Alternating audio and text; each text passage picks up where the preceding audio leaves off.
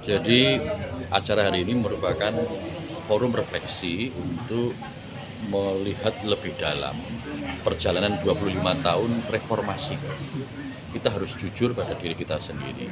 Pertanyaan yang muncul kemudian adalah, apakah harapan-harapan, apakah aspirasi yang kita sampaikan pada 25 tahun lalu, yaitu tahun 1998, manakala kita mengakhiri perjalanan Orde Baru dan menyambut era baru yang namanya reformasi, itu sudah bisa sepenuhnya diwujudkan apa tidak?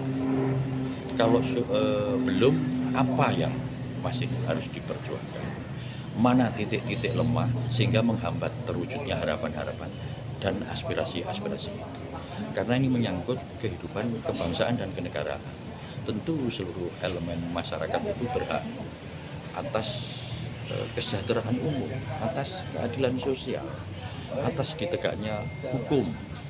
Kemudian bagaimana kita juga merespon isu-isu global seperti perubahan iklim.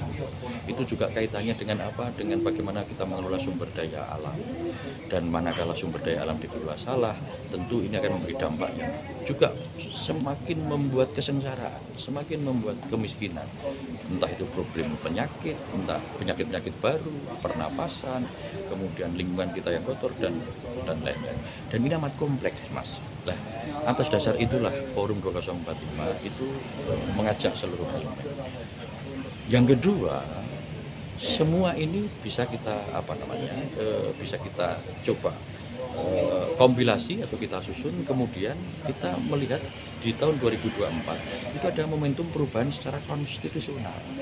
Lah, ini saya kira menjadi semacam pintu terbuka bagi seluruh elemen masyarakat untuk memastikan kembali, menata kembali perjalanan bangsa ini agar yang belum bisa diwujudkan, yang masih menjadi beban, dan kemudian yang masih jauh dari impian, itu diformulasikan kembali. Harapannya nanti dengan perubahan konstitusional itu kita mendapatkan pemimpin baru yang bisa membawa aspirasi, yang bisa mengantarkan kita kepada tujuan-tujuan yang kita capai bersama. Apakah disimpulkan bahwa 25 tahun ini gagal atau belum, atau apa? Forum dialog Forum 2045 menyimpulkan apa terhadap? Jadi sebenarnya kita tidak membuat satu rumusan gagal atau tidak gagal, tapi lebih harus bisa mengidentifikasi.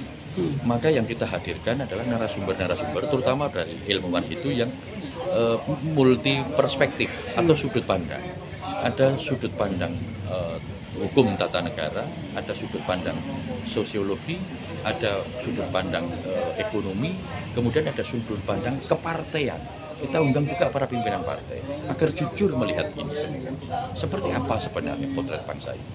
Nah, dari situ harapannya kita menemukan substansi masalah sekaligus menawarkan solusi yang sudah kita sampaikan. Itu sebenarnya harapannya. Terima kasih, Pak. Terima